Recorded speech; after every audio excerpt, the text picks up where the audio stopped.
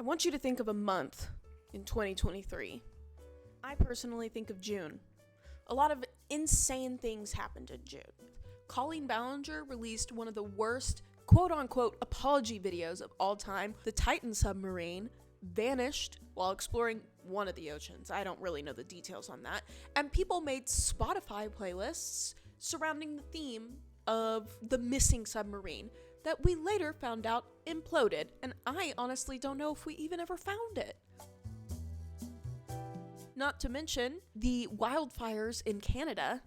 People up in the north were experiencing very, very unhealthy air quality. All of that happened in June. In June, I was trying to live my best life. Spider-Man Across the Spider-Verse came out. And that's all I can remember.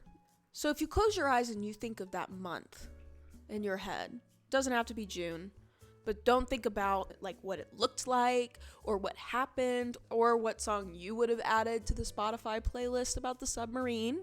But where is it spatially?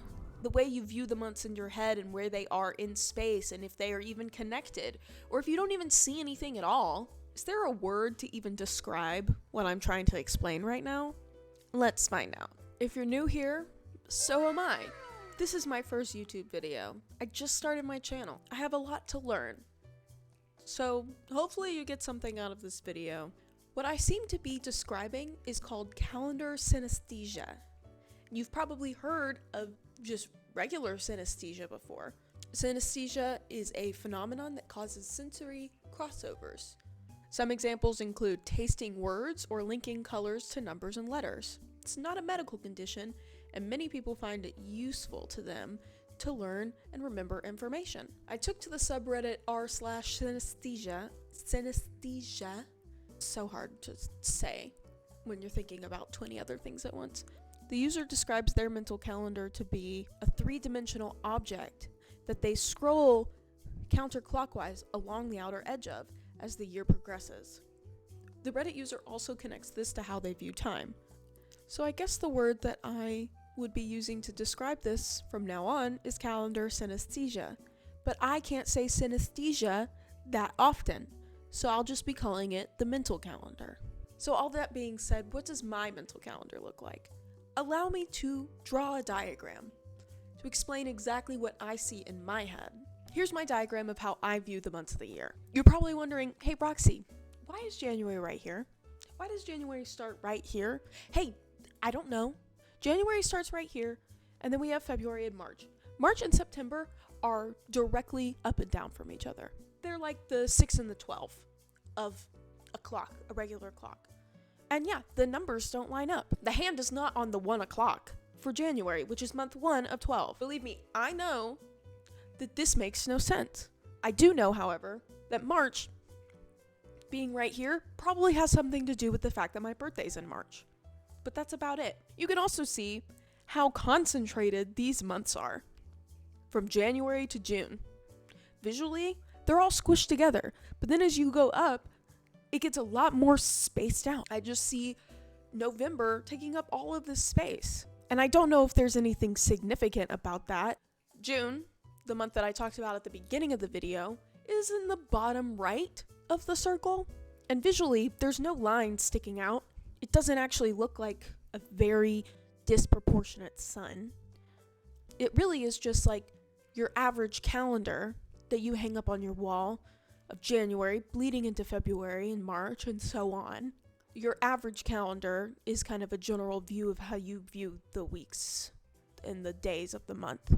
But I do have specific dates that I can view in my head. And I also view the week: Monday, Tuesday, Wednesday, Thursday, Friday, Saturday, Sunday. On a calendar, Sunday is right before Monday on the right, which I think is dumb. But in my brain, Sunday's still at the end of the line because it's the end of the week for me, because Monday is the start of my misery. So some of these things are based off of some of the things that have already been created to show time, like the calendar or the clock. Other ways that we view time seem to be kind of up to our own cognition, our own way of viewing things. The synesthesia of it all. Now, synesthesia is pretty rare, Experts estimate at least 4% of the people worldwide experience some kind of synesthesia. But because there's many different forms of synesthesia, they speculate that the number may be higher, which I think if you factor in the calendar synesthesia or the mental calendar that lots of people have, I can see the number being a little bit higher than that. And I do know people that have synesthesia that they literally, when they read words, they see colors, or when they hear sounds, they see colors. That is not really the same as creating a mental image in your head, in my opinion. I can probably trace this back to my origins of kindergarten. At school, if it had been our birthday or if it was actually the day of our birthday, everybody would sit in a circle, like circle time on the carpet, and we would walk around in a circle around the sun, I guess, because the earth is going around the sun, until we would walk around the sun the number of times that we've been around the sun. So 6 times. So we get up and we go in this circle, and for some reason, in my brain, I started in the bottom left corner and went around the sun 6 times and ended right here. I started viewing it as a circle.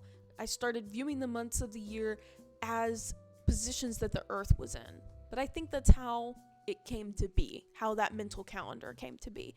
And it's been with me ever since. So this also begs the question, if I see the calendar as a circle that starts over at January, is that how I view time? And the answer is yes, I do view time as a circle. Other people would argue that it's a straight line because you can't go back in time. You're not looping through time and going back to the same place over and over again, or starting from the same place. You're just moving forward through January 2022 to January 2023 to January 2024. That is a concept that I have. It's just like, it's still a cycle of the same months over and over again. Other people, if their months have like a straight line, they probably keep seeing it maybe from left to right, and then it starts over, but it's not looping back around. It starts over in the next calendar year.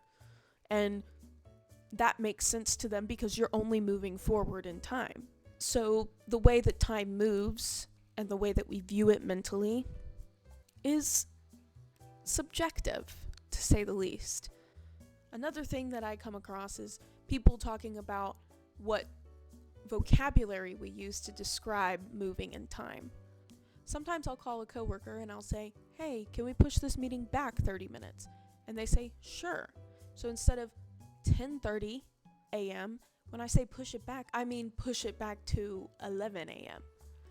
But you could argue that pushing something back in time would mean literally back in time, which is earlier. And maybe none of this makes sense to you. And that's okay. It's just something that I had to talk about because it fascinates me that people are probably walking around with different images of the calendar in their heads or no image at all. I did talk to somebody who said that the calendar was left to right. Top left was January and it went in rows, 3 months and 4 rows, and then it would start over again. And then I know other people that think January is the top and it goes down to the bottom December. And then it goes back to January. Me? I've got this funky looking sun going on. So, what do we do with this information? We know that the way we view the calendar and the way we view the months and the days and the years and time differently. Time is a construct. What now? I guess we just cope. I would love to know in the comments below how you view the calendar and how you talk about time and what it means to you. And welcome to my YouTube channel. I'm sorry if the audio quality was not great or the camera quality isn't wonderful. Hopefully I'll get some new equipment going soon, and I'm excited to figure out how to do this channel. But thank you for watching. If you watched all the way through, I appreciate you taking time to watch something that has 0 views or my channel that has 0 subscribers. Subscribe to the channel if you want to see more content like this or different content.